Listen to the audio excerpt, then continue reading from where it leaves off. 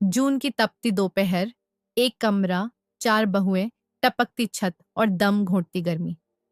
हर रात लगता था कि यह घर अब टूट जाएगा, मगर किसी को खबर नहीं थी कि इसी घुटन में एक ऐसा फैसला जन्म ले रहा है जो सिर्फ इस एक कमरे को नहीं, पूरे परिवार की तकदीर बदल देगा। जून की दोपहर थी। सूरज आग बरसा रहा था। उस घर में सिर्फ एक ही कमरा था और उसी एक कमरे में सब कुछ होता था। और उसी एक कमरे में 4 बहुएं अपनी अपनी जिम्मेदारियों के साथ रहती थीं। उस समय सबसे बड़ी बहू जैनब चूल्हे के आगे बैठी रोटियां पका रही थी। कमरा भट्टी बन चुका था। पसीना उसके माथे से टपक टपक कर आटे में गिर रहा था। कमरे के एक कोने में दादाजी हाथ से पंखा झल रहे थे। गर्मी से उनका बुरा हाल था। अचानक उन्होंने झुंझला कर कहा, बहू, कब तक चूल्हा जलता रहेगा? गर्मी से जान निकल रही है। जैनब ने हांफते हुए जवाब दिया, अब्बू जी, बस 1-2 रोटियां और रह गई हैं, फिर बंद कर दूंगी। दूसरी बहू सायरा पास बैठी सब्जी काट रही थी। उसने धीरे से कहा, गर्मी तो हम सबको लग रही है, मगर खाना भी तो पकाना है। कमरे में बच्चे भी पसीने से बेहाल बैठे थे। सास अम्मा बार बार दुपट्टे से चेहरा पोंछ रही थी। शाम को जब खाना खत्म हुआ तो सास ने गुस्से में कहा, बहू, इतनी गर्मी में कमरे के अंदर चूल्हा क्यों जलाती हो? बाहर आंगन में जला लिया करो। जैनब ने थके हुए लहजे में जवाब दिया, अम्मा जी, बाहर धूप बहुत तेज होती है, वहां खड़े होकर बनाना मुश्किल होता है। सायरा बोली, और अगर हवा चले तो राख उड़कर खाने में आ जाती है। बातों बातों में आवाजें ऊंची होने लगी।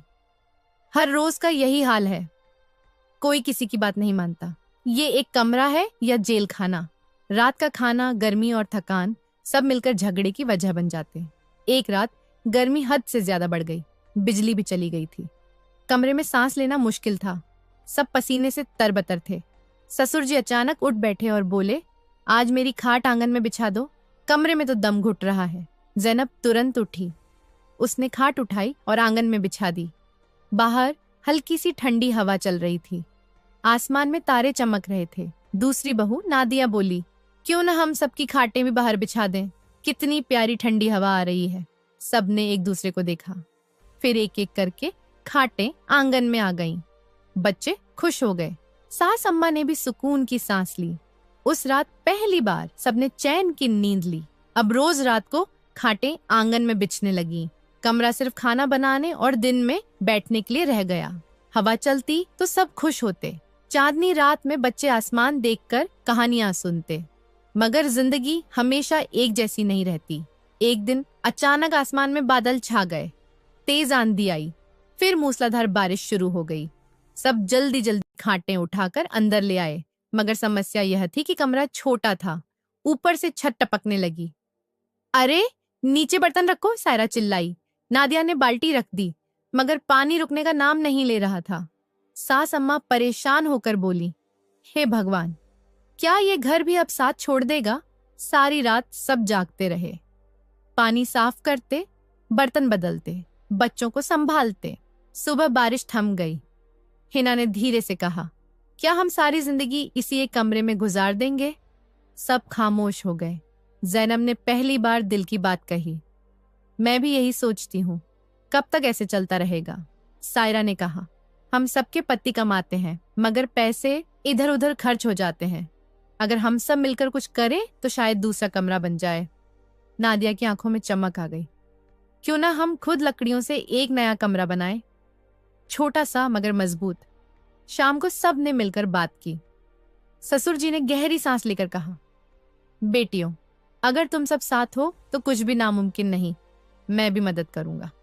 पति भी राजी हो गए। ससुर जी लकड़ियां इकट्ठा करने लगे। पति ईंटें लाने लगे। महीनों की मेहनत के बाद आंगन के एक कोने में लकड़ी और ईंटों से एक नया कमरा खड़ा हो गया। वह बहुत बड़ा नहीं था, मगर मजबूत था। उसकी छत पक्की थी। एक खिड़की भी थी जहां से हवा आती थी। जब पहले दिन नए कमरे में चूल्हा जला तो पुराने कमरे में ठंडक थी। दादाजी मुस्कुराकर बोले, अब कहो बहू, कब बंद करोगी चूल्हा?